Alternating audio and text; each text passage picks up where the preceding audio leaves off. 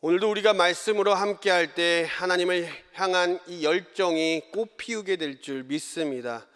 오늘의 말씀은 누가복음 24장 13절에서 35절까지 말씀입니다. 그날에 그 둘 중 둘이 예루살렘에서 25리 되는 엠마로 하는 마을로 가면서 이 모든 된 일을 서로 이야기하더라. 그들이 서로 이야기하며 문의할 때에 예수께서 가까이 이르러 그들과 동행하시나 그들의 눈이 가려져서 그인 줄 알아보지 못하거늘 예수께서 이르시되 너희가 길 가면서 서로 주고받고 하는 이야기가 무엇이냐 하시고 두 사람이 슬픈 빛을 띠고 머물러 서더라. 그 한 사람이 글로바라 하는 자가 대답하여 이르되 당신이 예루살렘에 체류하면서도 요즘 거기서 된 일을 혼자만 알지 못하느냐. 이르시되 무슨 일이냐. 이르되 나사렛 예수의 일이니 그는 하나님과 모든 백성 앞에서 말과 일에 능하신 선지자이거늘 우리 대제사장들과 관리들이 사형 판결에 넘겨주어 십자가에 못 박았느니라. 우리는 이 사람이 이스라엘을 속량할 자라고 바랐노라. 이뿐 아니라 이 일이 일어난 지가 사흘째요. 또한 우리 중에 어떤 여자들이 우리로 놀라게 하였으니 이는 그들이 새벽에 무덤에 갔다가 그의 시체는 보지 못하고 와서 그가 살아나셨다는 천사들의 나타남을 보았다 함이라. 또 우리와 함께 한 자 중에 두어 사람이 무덤에 가 과연 여자들이 말한 바와 같음을 보았으나 예수는 보지 못하였느니라 하거늘 이르시되 미련하고 선지자들이 말한 모든 것을 마음에 더디 믿는 자들이여 그리스도가 이런 고난을 받고 자기의 영광에 들어가야 할 것이 아니냐 하시고 이에 모세와 모든 선지자의 글로 시작하여 모든 성경에 쓴 바 자기에 관한 것을 자세히 설명하시니라. 그들이 가는 마을에 가까이 가매 예수는 더 가려하는 것 같이 하시니 그들이 강권하여 이르되 우리와 함께 유하시이다. 때가 저물어 가고 날이 이미 기울었나이다 하니 이에 그들과 함께 유하러 들어가시니라. 그들과 함께 음식 잡수실 때에 떡을 가지사 축사하시고 떼어 그들에게 주시니 그들의 눈이 밝아져 그인 줄 알아보더니 예수는 그들에게 보이지 아니하시는지라. 그들이 서로 말하되 길에서 우리에게 말씀하시고 우리에게 성경을 풀어주실 때에 우리 속에 마음이 뜨겁지 아니하더냐 하고 곧 그때로 일어나 예루살렘으로 돌아가 보니 11 제자 및 그들과 함께한 자들이 모여 있어 말하기를 주께서 과연 살아나시고 시몬에게 보이셨다 하는지라. 두 사람도 길에서 된 일과 예수께서 떡을 떼심으로 자기들에게 알려지신 것을 말하더라. 아멘. 마음이 뜨거워짐이라는 말씀의 제목으로 함께 은혜를 나누도록 하겠습니다. 두 사람이 엠마오로 가던 날은 예수님이 부활하신 다음 날이었습니다. 그런데 두 사람은 부활의 소식을 모르고 있었습니다. 그들은 아직까지 자신들이 따르던 스승이 무참히 죽은 것으로만 알고 있었습니다.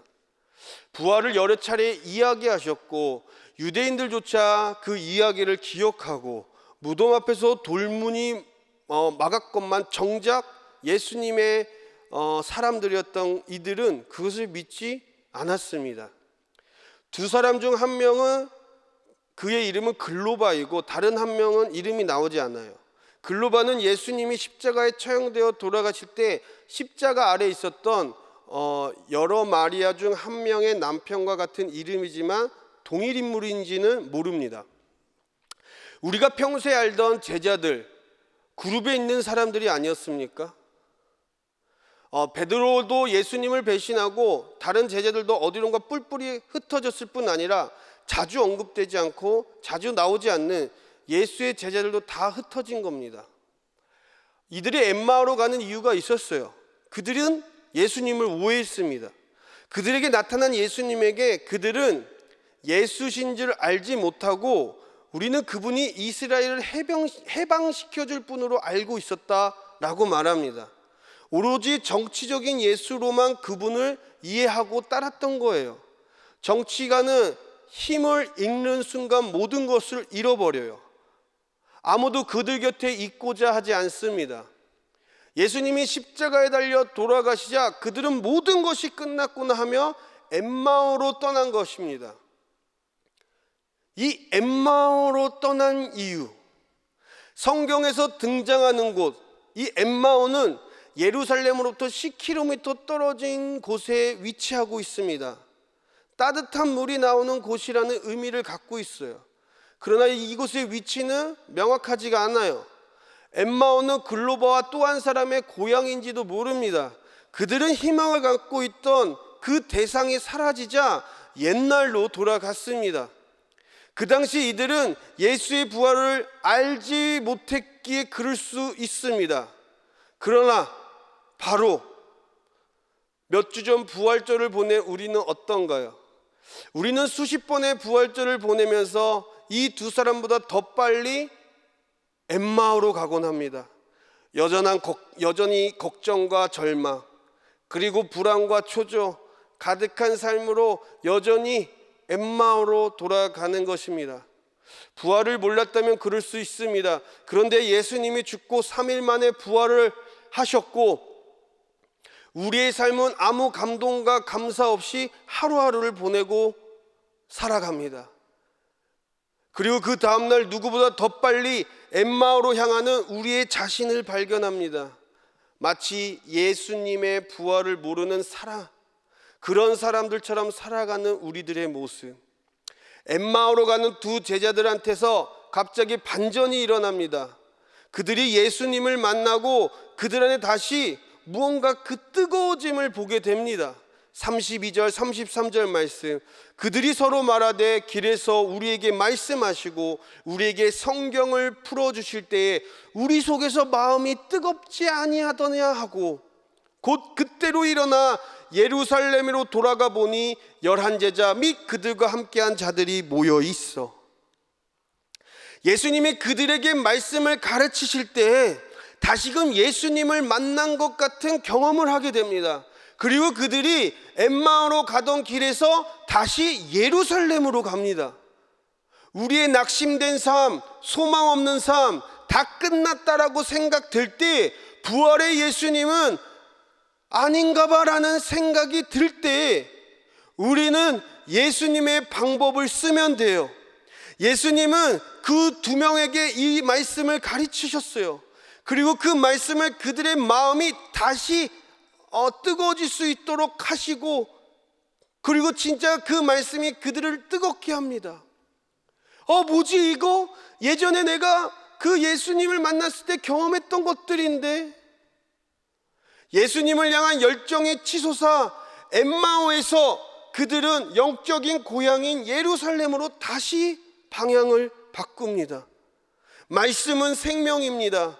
말씀은 우리를 다시 회복시킵니다.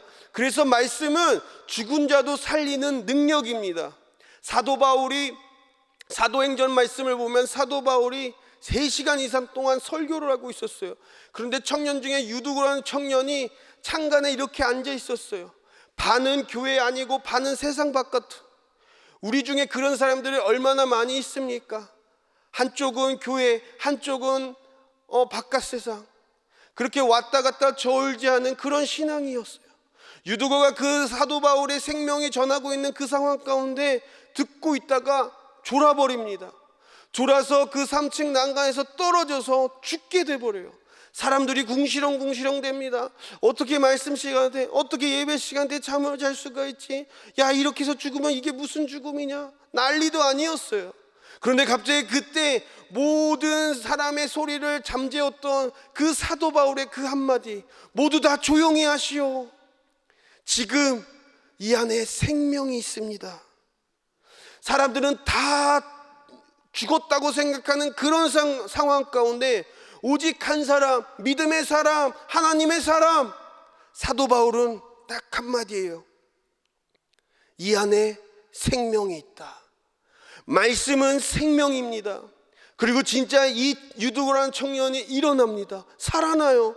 그리고 모든 사람들이 그 모습을 보고 안위함을 얻습니다. 말씀은 생명이에요. 왜냐하면 죽음을 뚫고 나오신 예수 그리스도가 하나님의 아들이며 하나님은 곧 말씀입니다. 우리가 지금 내가 지금 엠마오로 가고 있는 발걸음이라면 다시금 말씀을 펴십시오. 다시금 말씀 앞에 직면하십시오. 그 말씀이 우리를 다시 살리고 우리의 방향을 예루살렘으로 옮기게 될 것입니다. 내 삶의 경제적인 것이, 내 가족들이, 내 인간관계가, 내 사업장이 죽은 것 같은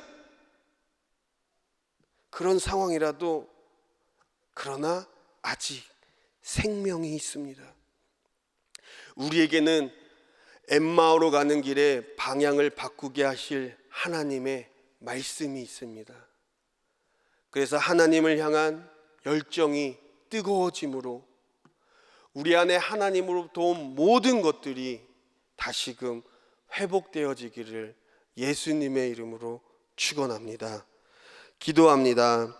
사랑의 예수님, 우리 안에 살아 움직이는 하나님의 말씀이 빗발쳐 이 시대에 하나님의 자녀로서 말씀으로 승리할 수 있도록 축복하여 주시옵소서. 우리가 절망을 안고 엠마오로 가는 길이라면 이제는 소망을 안고 예루살렘으로 향할 수 있도록 주님, 우리의 걸음을 인도하여 주시옵소서. 예수님의 이름으로 기도합니다. 아멘.